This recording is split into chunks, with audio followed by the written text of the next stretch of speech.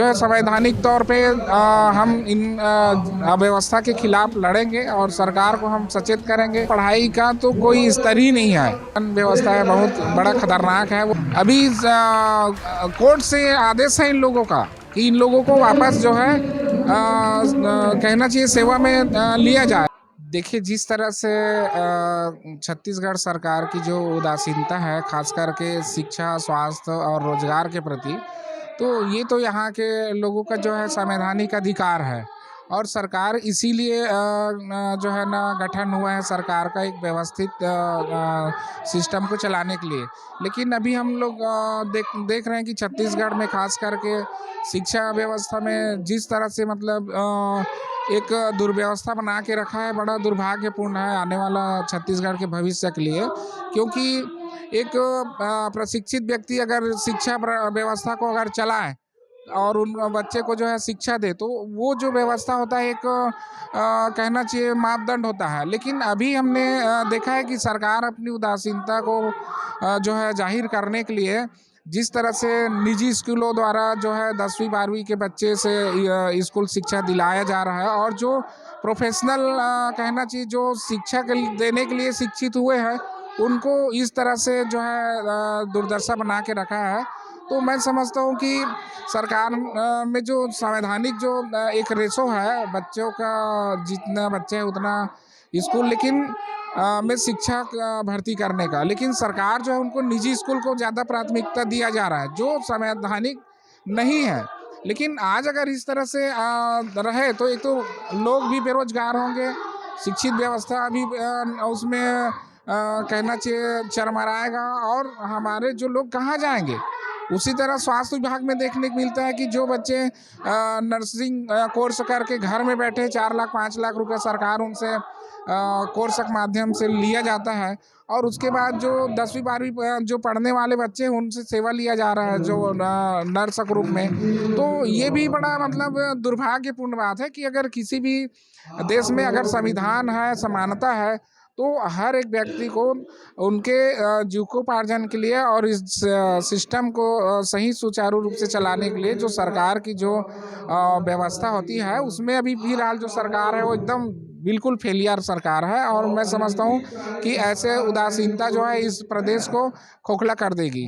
अगर इस तरह से रहे तो हम लोग भी अपना जो है संवैधानिक तौर पे हम इन अव्यवस्था के खिलाफ लड़ेंगे और सरकार को हम सचेत करेंगे कि वो एक संवैधानिक व्यवस्था को एक सही तरीके से तौर तरीके से चलाए। मैंने पहले ही कहा कि जो प्रोफेशनल जो जिस काम के लिए शिक्षित हुआ है उनको काम नहीं दिया जा रहा है।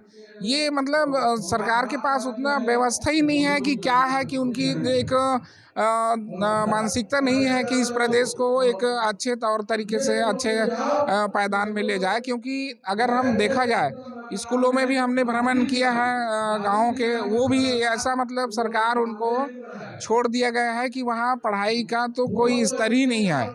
और प्राइवेट स्कूलों के माध्यम से, मैंने पहले ही कहा कि प्राइवेट स्कूलों के माध्यम से अपने जिम्मेदारियों को ख़त्म करने की काम कर रही है सरकार जो है छत्तीसगढ़ प्रदेश की शिक्षा व्यवस्था को।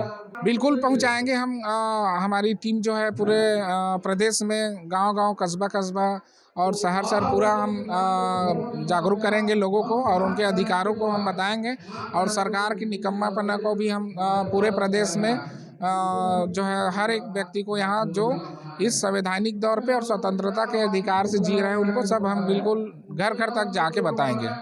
देखिए, सरकार की जो विज्ञापन व्यवस्था है बहुत बड़ा खतरनाक है। वो तो मान लो 100 करोड़ का व्यवस्था या योजना बनाता है, लेकिन वो 1000 करोड़ का उसमें विज्ञापन खर्च कर देता है। ये भी एक इस प्रदेश को जानकारी लेने का विषय है। तो ये तो सरकार की इस तरह से काम चल रही है।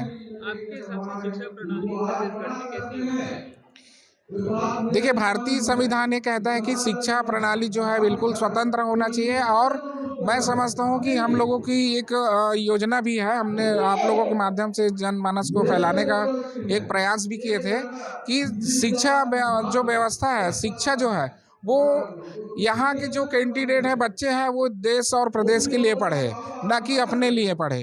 तो एक समान शिक्षा हो और एक समान कंपटीशन हो, तो उससे एक समानता का अधिकार जो संविधान ने दिया है उनका भी एक पटल में दिखेगा, और इस देश और इस प्रदेश की जो शिक्षा व्यवस्था है सबको समानता के तौर पर ले जाएगी।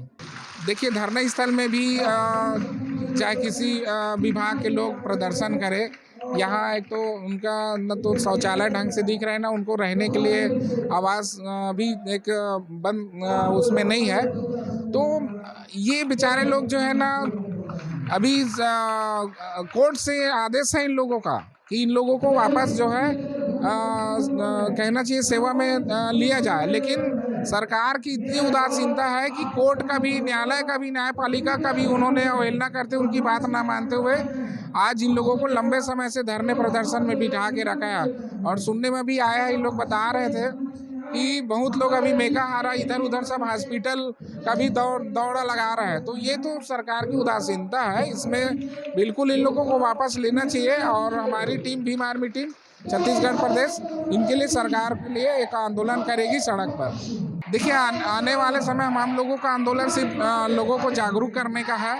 उसके बाद हमारे देश में तो ऐसे भी अशिक्षा बहुत एकदम चरम सीमा पर है, तो वो हम चाहेंगे कि इस प्रदेश के लोग, हर उम्र के लोग, बच्चे हो चाहे बूढ़े हो, अपने जो अधिकार को समझें और उस तरह लोकतांत्रिक और इस देश की व्यवस्था के लिए शिक्षित हो।